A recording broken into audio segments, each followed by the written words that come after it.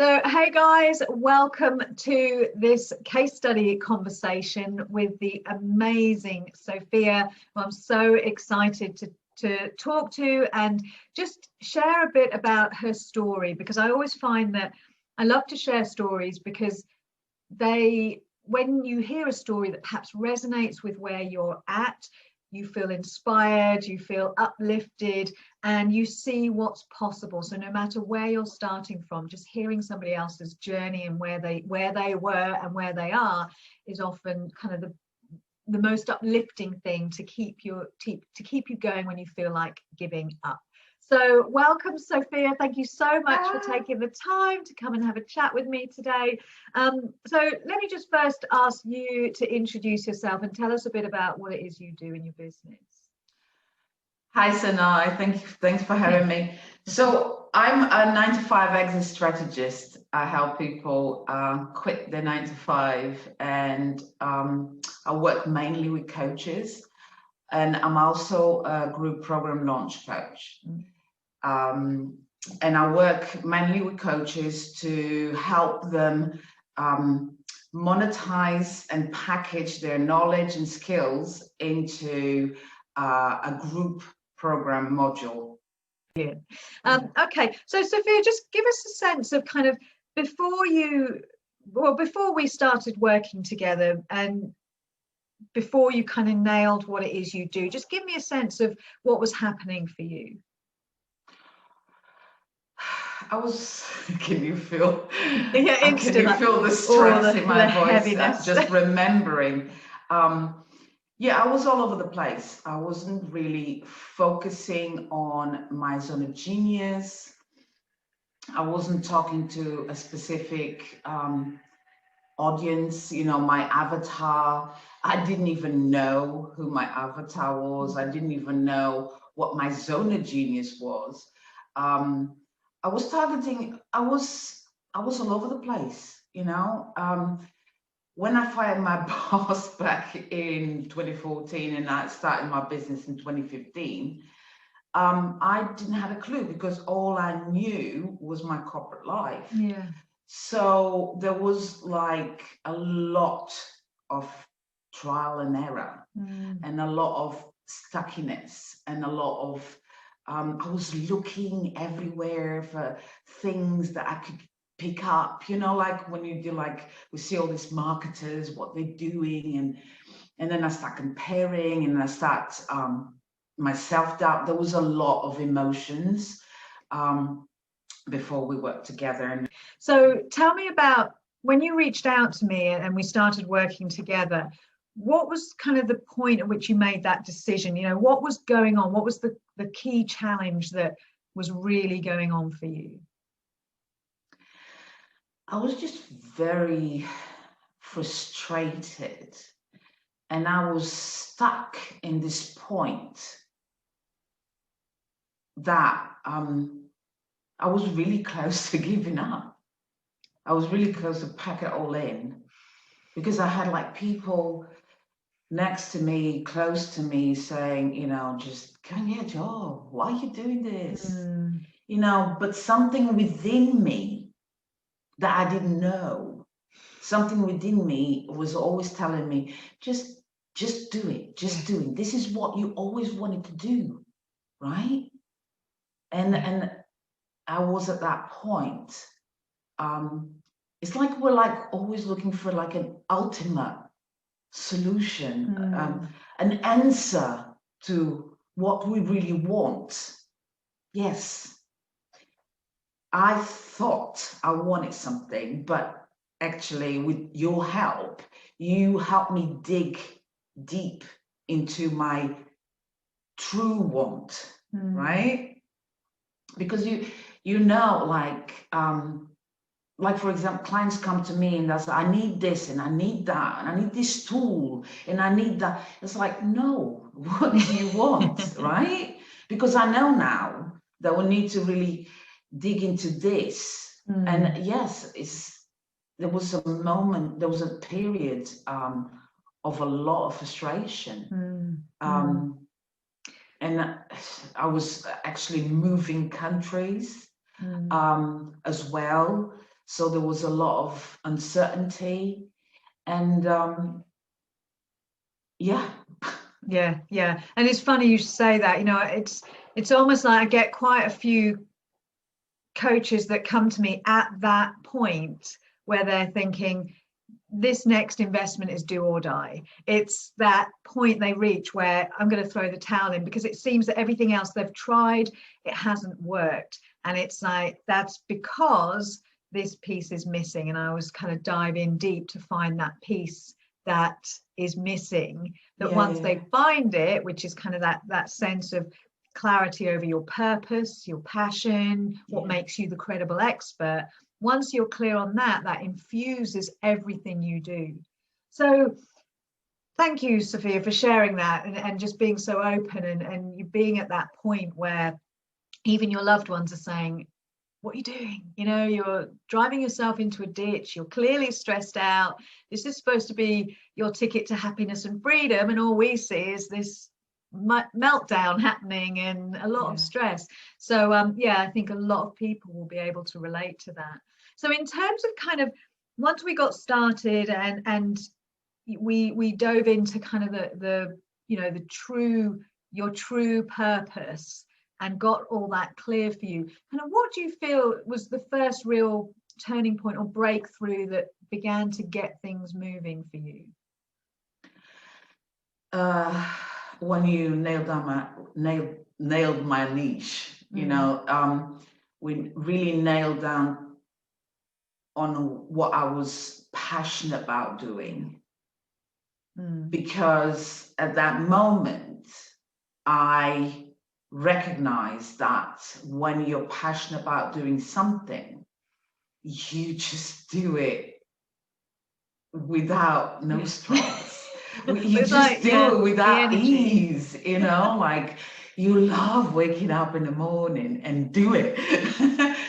And so, but it's not just doing it. It's so it's two parts. That there was a breakthrough with you. It was like you helped me be so that I could do. You see what I mean? Oh, I love that. Yeah.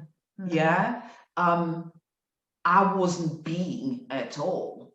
You know, I was just pleasing other people's expectation and the outside world and the online world. You know, well, you do this. All I could hear was like, oh, but you could do this and you can do that. It was like, but I don't want to do that. Right? So I was being like pulled. There was a sense of like, and I think I've got a video somewhere right in the beginning that there's a woman that's being pulled and really small, and that was the feeling, that was the emotion that I was going through. It felt like I needed to fit into this box and please others, you know. And then of course you have like the family going like, oh my God, what are you doing? You know, what if it doesn't work? What if? And then I realized, you know, what if it's actually what my client has in their mind? And that's why they're still there in their 9 to 5. Or they've been like me and they quit with our system and just, you know, they still stuck. The leap. Yeah, absolutely. And I think that's a big part of my message is, you know, turning your own struggle into your greatest strength in your business. And the whole cliche of turning your dust into diamonds, I think it is so powerful because it means that's what makes you credible, is that you've navigated this journey and you've found your unique pathway out. And now you're kind of pooling together all your skills, your gifts, your knowledge and experience, and kind of paying it back with your clients and helping them through where it was that you found yourself. So I love that. Yeah. And you helped me pinpoint that. There's two things that I've always loved throughout my life since, you know, younger. Design and working with groups of people. Yes. You know, I was a scout girl, group of people. you're a group in school. I had my group at school. I have my group in university. It's great. You're able to kind of pull all of that together and build your business around your passions. And I think this is one of the other things that throws so many coaches into the weeds, is that, can I really make money from my passion? And the societal message is, no, you've got to do what you deem is profitable. And that's the wrong message, because as you've already said, when you're passionate about what you're doing, there's this unleashing of energy, and you can just move mountains. There's so much momentum when you're energized through working on your passion. And it's really, you nailed it there, because when he said society expects you to do something profitable. So I'll tell you a little story. Back in 2008, the offices where I was working, they were redundant. They were made redundant. So we were like, and at the time I was working in the maritime industry. And when that was my first time that I started my first business, which I failed miserably. And I'll tell you why. Because when I come out and I started my business, I was selling boat parts. Can't see you doing that somehow. And there was no purpose. There was like, oh my God, I don't want to do this. And that's why it failed. So then I had to go back to my 9 to 5. This was my first attempt of starting my own business back in 2008. It was a huge recession in UK. I don't know if you remember that. And then I had to go back to my 9 to 5 because I wasn't really focusing on what I wanted to do. I was most passionate about doing.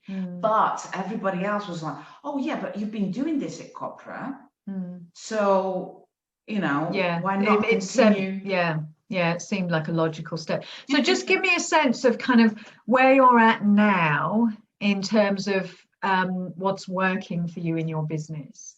Okay, so what's working for me right now is that right now I have a set of packages that I feel so aligned with. And you help me do that. I have a high-end package.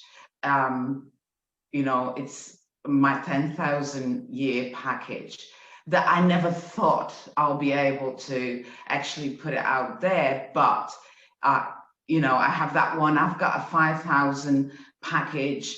I've got packages that I'm aligned with and I love to do it. And this was only possible because I really, you helped me package my knowledge and my skills and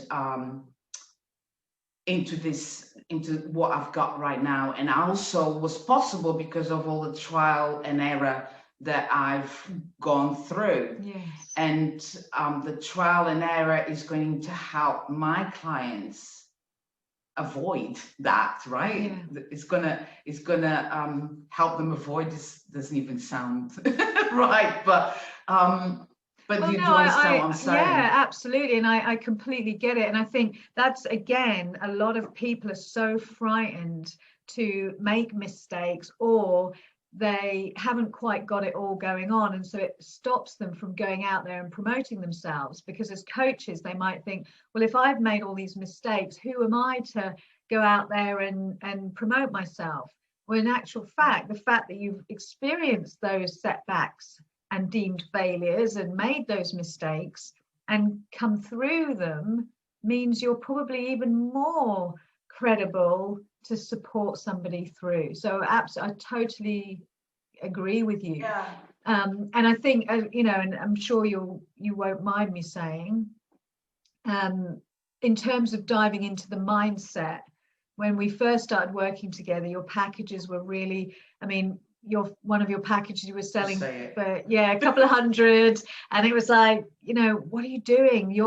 It's looking at the internal shift in your value and in who you are being, that enables you to stand in your power, which I see you doing, really owning your power now, Sophia, and saying, for my services, it's £10,000, and it's, there's so much value there. And for you to be able to offer that and get clients into your programs at that high end, high value level, for me, it's a joy to see, because it's, you know, you work so hard to get here. Yeah, and my self-worth was like reflecting in my packages back in the day, because I was like doubting that I could even charge what I was charging. It was ridiculous. It was, when I think back, and there was one time that you challenged me and I went, right, I'm going to put the prices up, right? And it was like, do you remember that month? It was like, I did £3,000 like in a month without even, you know, just appeared. And again, it was like the mindset as well that we worked on at the time helped me achieve that. Without that, I mean, and this is something that not only your clients, but also my clients struggle with, is pricing and keeping that price at a level that really reflects what they give, right? Because when I start going and looking into my packages and I start outlining everything, right? Like the process that we talked about, and starts looking at the benefits of each part, like we talked about, like you made me see the benefits. It's like, oh my God, this is like undervalued. It's like, okay, let's put the price up. Because, you know, just like we can do all the research in the world, right? We can do all the research in the world, but, and look into other people's prices and stuff like that. But if we're not really aligned with it within, we're never going to put it out. And you made me see that. You made that possible.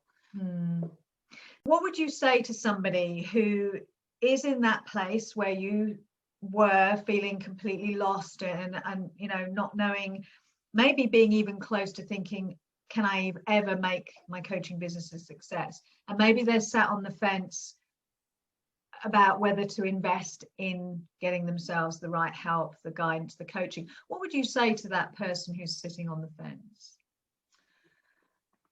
So I would straight away say to them, you cannot do this alone.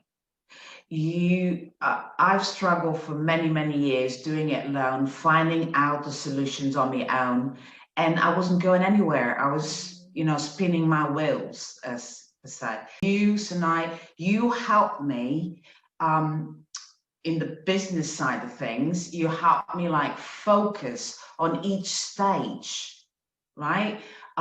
Really helped me nail down my niche. And now you've got the Coaches Business Accelerator program, which is a high-end program, and that's why now I can charge high rates for my services, because I've invested in me.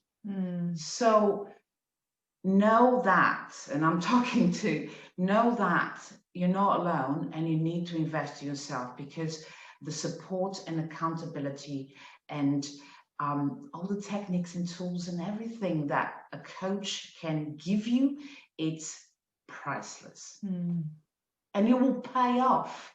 It will pay off, and it has. So amazing. Well, thank you so much, Sophia. It's been amazing listening to your story, and thank you so much for taking the time to chat. And yeah, it's been amazing. And for me personally, just seeing your growth, and we've been in and out of each other's circle for a lot of years now, and it's just been, you know, to see your growth now, and the exponential scaling of it is just amazing. So thank you so much.